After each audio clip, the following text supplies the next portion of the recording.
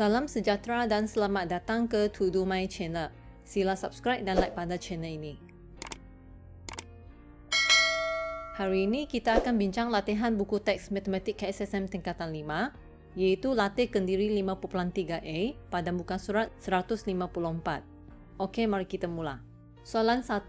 Raja di sebelah menunjukkan beberapa pentagon dilukis pada suatu sata kertas. Diberi bahawa transformasi A adalah pantulan pada garis Y sama dengan X, B adalah sama dengan putaran 180 darjah pada pusat 1 sifar, C adalah sama dengan pembesaran pada pusat 67 dengan faktor skala 3/2. Tentukan imej bagi pentagon J di bawah gabungan transformasi soalan A, AB. Dengan merujuk nota di bawah, gabungan transformasi AB bermaksud transformasi B diikuti dengan transformasi A. Maka kita akan lakukan transformasi B dahulu terhadap pentagon J. Transformasi B adalah putaran 180 darjah pada pusat 1 sifar. Langkah pertama, kita labelkan pusatnya iaitu 1 sifar. Kemudian kita sambungkan pusat ke titik A pada pentagon J. Seterusnya, pada arah yang bertentangan dari pusat, kita akan dapatkan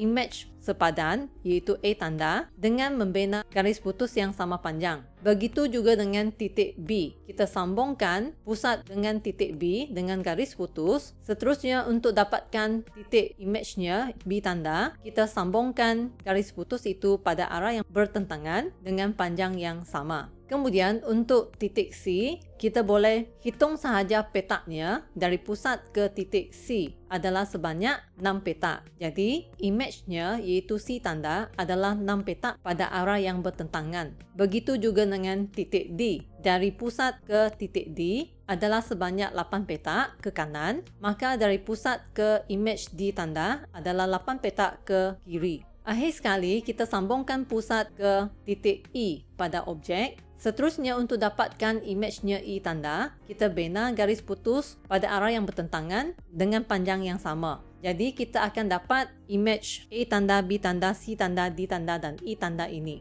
Seterusnya, kita akan lakukan transformasi A, iaitu pantulan pada garis Y sama dengan X terhadap objek A tanda, B tanda, C tanda, D tanda, dan E tanda. Langkah pertama, kita binakan garis Y sama dengan X, iaitu garisan yang berwarna kuning ini. Ini adalah paksi pantulannya. Apabila kita teliti jawapan 1, 2, 3 dengan 4, pentagon kedua adalah pantulan bagi objek A tanda, B tanda, C tanda, D tanda, dan E tanda. Oleh itu, jawapannya adalah pentagon 2.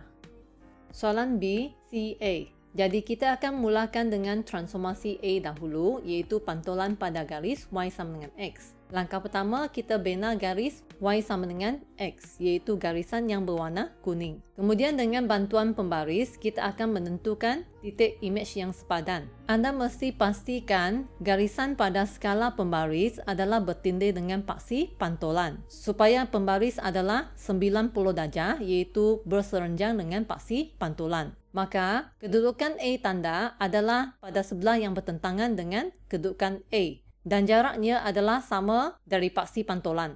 Begitu juga dengan imej bagi E tanda. Pastikan jarak E tanda dari paksi pantulan adalah sama panjang dengan jarak E dari paksi pantulan. Sekarang kita akan tentukan kedudukan B tanda. Pastikan jarak B tanda dari paksi pantulan adalah sama dengan jarak B dari paksi pantulan. Begitu juga dengan kedudukan D tanda. Jarak D tanda dari paksi pantulan adalah sama dengan jarak D dari paksi pantulan tapi pada arah yang bertentangan. Seterusnya, kita tentukan kedudukan C tanda dengan cara yang sama. Pastikan kedudukan C tanda dari paksi pantulan adalah sama dengan jarak C dari paksi pantulan pada arah yang bertentangan. Jadi sekarang kita boleh sambungkan titik-titik A tanda, B tanda, C tanda, D tanda, dan E tanda untuk membentuk imej bagi pentagon J. Seterusnya, kita boleh lakukan transformasi C, di mana transformasi C adalah pembesaran pada pusat 67 dengan faktor skala 3/2. Jadi langkah pertama, kita labelkan pusat pembesaran iaitu 67. Perhatikan bahawa pusat pembesaran ini terletak pada objeknya, iaitu pada titik A tanda. Ini bermaksud objek dengan imejnya akan bertindih. Jadi secara logiknya, jawapannya adalah pentagon 3. Soalan 2. Dalam raja di sebelah, segitiga bersudut tegak N ialah imej bagi suatu objek di bawah gabungan transformasi. Diberi bahawa transformasi A adalah translasi 32. B adalah putaran 270 darjah ikut arah jam pada pusat 65. C adalah pantulan pada garis X tambah Y sama dengan 6. Tentukan objek bagi segitiga N di bawah gabungan transformasi. Soalan A, AC. Soalan ini adalah berlainan dengan soalan 1. Soalan 1 kita diberi objek, kemudian kita kena tentukan image. Tapi soalan ini kita diberi image, kita kena tentukan objek, iaitu sebaliknya. Oleh itu, gabungan transformasi AC itu bermaksud kita kena buat pada arah yang bertentangan. Kita mula dengan A, kemudian diikuti dengan C. Kemudian, dalam soalan, A adalah translasi 32.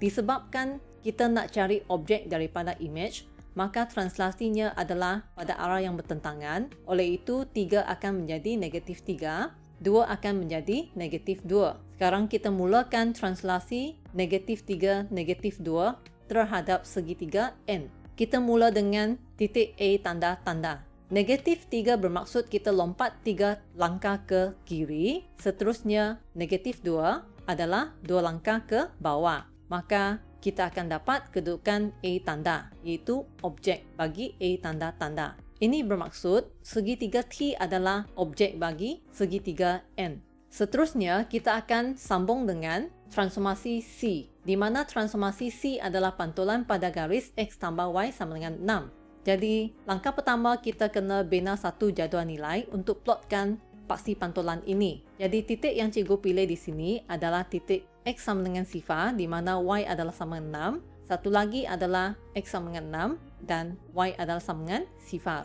Kita plotkan dua titik ini pada satah tersebut. Seterusnya, sambungkan kedua-dua titik itu dengan garis lurus, iaitu yang berwarna kuning.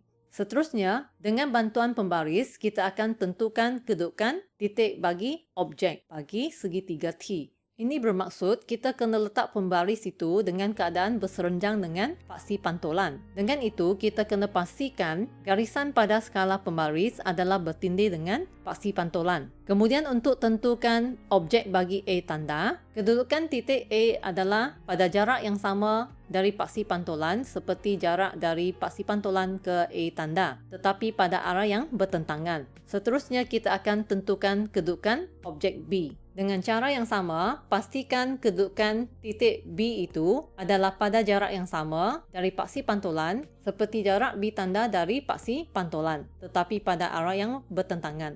Kemudian kita akan tentukan kedudukan C. Dengan cara yang sama, pastikan jarak dari C ke paksi pantulan adalah sama dengan jarak C tanda ke paksi pantulan, tetapi pada arah yang bertentangan. Oleh itu, segitiga P merupakan objek bagi segitiga T. Dengan maksud yang sama, segitiga P merupakan objek bagi segitiga N. Soalan B, BA. Kita akan lakukan transformasi B dahulu, iaitu transformasi B adalah putaran 270 darjah ikut arah jam pada pusat 65. Disebabkan ini adalah mencari objek daripada image, maka ia adalah bertentangan arah.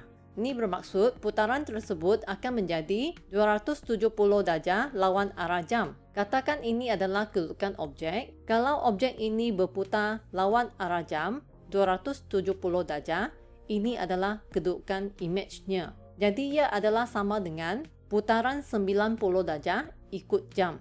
Maka kita akan tukarkan ini menjadi 90 darjah ikut arah jam. Seterusnya kita labelkan pusat putaran iaitu 65. Kemudian kita sambungkan titik A tanda-tanda ke pusat putaran. Seterusnya, dengan mendapatkan 90 darjah ikut arah jam, kita boleh dapatkan kedudukan objeknya iaitu A tanda dan pastikan bahawa jarak A tanda dari pusat adalah sama dengan jarak A tanda-tanda dari pusat. Kemudian kita akan tentukan objek bagi B tanda-tanda. Kita sambungkan pusat ke B tanda-tanda. Kemudian dapatkan sudut 90 darjah ikut arah jam. Maka kita akan dapat kedudukan B tanda dan pastikan jarak B tanda dari pusat putaran adalah sama dengan jarak B tanda-tanda dari pusat putaran. Jadi secara logiknya, segitiga U merupakan objek bagi segitiga N di bawah putaran tersebut. Kemudian kita akan tentukan transformasi A, di mana transformasi A asalnya adalah translasi 32. Tetapi ini adalah dari image kita nak cari objek, maka ia akan tukar menjadi -3, -2. Sekarang kita akan lakukan transaksi -3, -2 terhadap image U untuk dapatkan objeknya. Kita mulakan dengan titik C tanda untuk dapatkan objeknya C. Jadi kita lompat 3 langkah ke kiri, seterusnya sambung dengan 2 langkah ke bawah. Kita akan dapat objek C tersebut. Kita telah belajar bahawa orientasi objek dengan image adalah sama di bawah translasi. Maka jawapannya adalah segitiga S.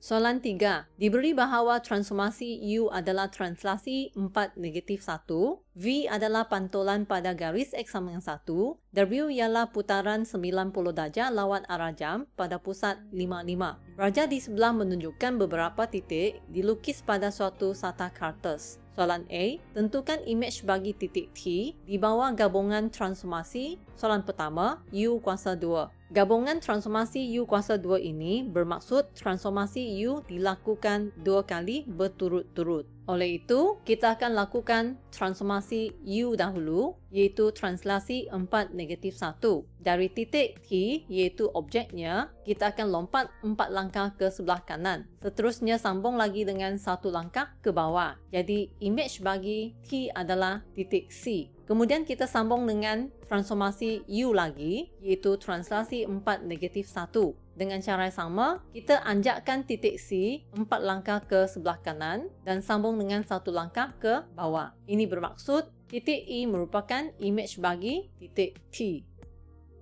Soalan 2, WV. Kita akan mula dengan transformasi V dahulu, iaitu pantulan pada garis X sama dengan 1. Jadi langkah pertama kita lukiskan paksi pantulan dahulu, iaitu garis yang berwarna hijau ini. Kemudian dengan bantuan pembaris, kita akan binakan suatu garis yang berserenjang dengan paksi pantulan ini. Untuk mendapatkan garisan yang berserenjang dengan paksi pantulan, pastikan tanda skala pada pembaris adalah bertindih dengan paksi pantulan. Didapati bahawa titik T adalah 8 langkah ke sebelah kiri dari paksi pantulan. Maka image-nya adalah pada arah yang bertentangan, iaitu 8 langkah ke sebelah kanan, iaitu titik T tanda ini. Seterusnya kita akan sambung dengan transformasi W, iaitu putaran 90 darjah lawan arah jam pada pusat 55. Langkah pertama, kita akan tandakan pusat putaran dahulu. Seterusnya, kita sambungkan pusat putaran ke titik T tanda. Kemudian kita akan cari sudut 90 darjah pada arah lawan arah jam untuk dapatkan kedudukan image-nya. Dengan ini, kita kena pastikan jarak image dari titik putaran adalah sama dengan jarak T tanda dari pusat putaran. Oleh itu, didapati bahawa titik G merupakan image bagi titik T. Soalan B, diberi H ialah image bagi suatu titik di bawah transformasi UV. Tentukan titik itu. Perhatikan bahawa soalan ini kita kena tentukan objek bagi image yang diberikan. Maka, transformasi UV itu perlu dilakukan pada arah yang terbalik, iaitu kita mula dengan transformasi U dahulu, translasi 4, -1. Tetapi ia adalah pada arah yang bertentangan, jadi translasi itu akan berubah menjadi -4, 1. Seterusnya, daripada titik H ini, kita akan tentukan objeknya. Ini bermaksud titik H ini akan dianjak 4 langkah ke sebelah kiri dan sambung dengan 1 langkah ke atas. Oleh itu, titik H tanda ini merupakan objek bagi titik H. Seterusnya kita akan sambung dengan transformasi V, iaitu pantulan pada garis X sama dengan 1. Langkah pertama, kita akan bina garis X sama dengan 1, iaitu yang berwarna kuning. Kemudian kita akan membina garis yang berserenjang dengan paksi pantulan dengan bantuan pembaris. Untuk mendapatkan garis yang berserenjang dengan paksi pantulan, kita kena pastikan tanda pada skala pembaris adalah bertindih dengan paksi pantulan. Kemudian, didapati bahawa jarak titik H tanda dari paksi pantulan adalah 3 petak ke sebelah kanan. Oleh itu, objeknya adalah pada arah yang bertentangan, iaitu 3 petak ke kiri. Dengan ini, titik D merupakan objek bagi titik H. Baiklah, perbincangan kita pada hari ini tamat di sini. Sekian, terima kasih.